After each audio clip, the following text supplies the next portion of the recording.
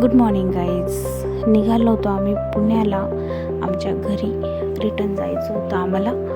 इथं मम्मीला bye bye केलं. जायची तर इच्छा नव्हती, पण मग जावं लागलं. जे काम करायचं होतं ते तर झालं होतं आमचं. सो आम्ही निघालो. आमची बस पण आम्ही ऑनलाईन बुक केलेली होती, शिवशाही.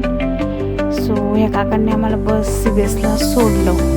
बघू शकता आम्ही आता CBSला पोचतच आलो होतो. नाशिकला पण खूप पाऊस होता, पण आम्ही निघालो तेव्हा नव्हता पाऊस.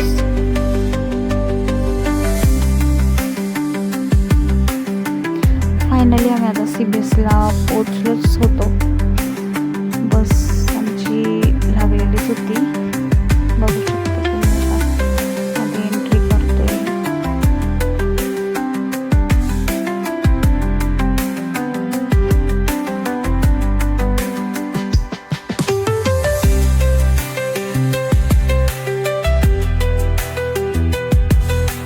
बस आमची लागलेली होती. आम्ही बस पाशीच जात होतो दोघं जण.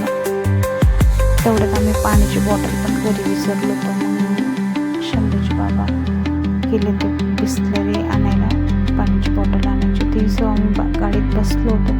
बस ही निघाली होती आमची. बस काही एवढी खास नव्हती. तसं म्हणायला गेलं तर बाहेरचं काहीच दिसत नव्हतं. पावसामुळे घाण झाली होती. इथे शंभूची पण मस्ती चालू होती, खेळत होता.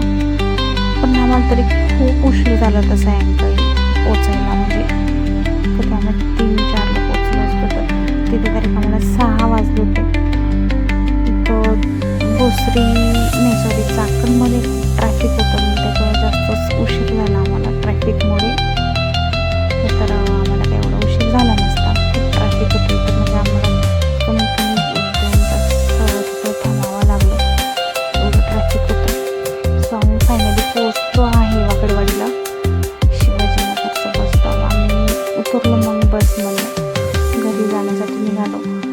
यावेळेस आम्ही सिटी बसनेच गेलो होतो, कारण काही एवढी गर्दी नव्हती. मग आम्ही सिटी बसनेच प्रवास केला यावेळेस. खूप दिवसानंतर म्हणजे 1-1.5 वर्षानंतर मी सिटी बसमध्ये प्रवास केला.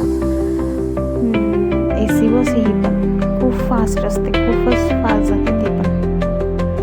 पुण्यात म्हणजे जे लोक या गाडीने प्रवास करत असेल त्यांना तर माहितीच असेल.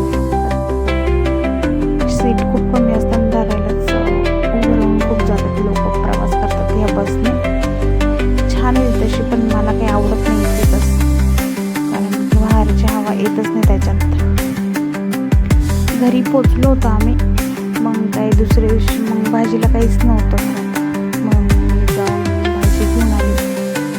भाजीला काही नव्हतं घरात, कारण की उद्या मग शंभूचे पप्पा पण जातील ऑफिसला. मग मला म्हटलं घेऊन येऊ आजच. स्वयंपाक करायचं होतं मला सायंकाळचं. मग मी तर केळी घेतले, त्याच्यानंतर भाज्या घेतल्या. मी काही संध्याकाळी फक्त खिचडीच टाकून दिली, कारण की खूप थकून गेलं होतं प्रवासामुळे. फक्त खिचडी टाकली, खाल्लं. मग उठून गेलो होतो आम्ही. कांदे, टोमॅटो, बटाटे वगैरे चिरून घेतली मी पटापट. खिचडी खूप टेस्टी झाली होती तशी, छान झाली तशी. घरी केली तो खूप छान होती बघ खिचडी, मस्त लागते.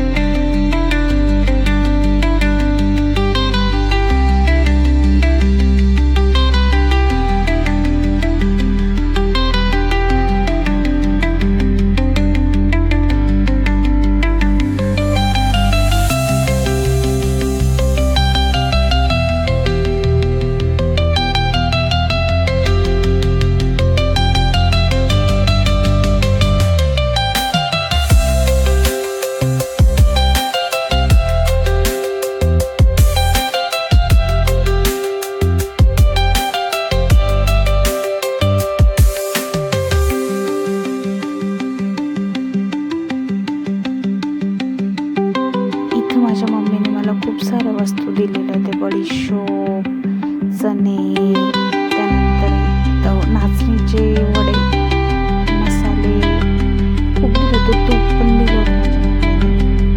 त्यानंतर खूप साऱ्या वस्तू दिल्या होत्या, पण मी काही दिलं नव्हतं. जेवढं माझ्या हातात होतं तेवढं मी तुम्हाला दाखवून दिलं. आळूची पानं पण दिली होती माझ्या मम्मीने, तिथे लावले. खूप सुंदर आहेत ते.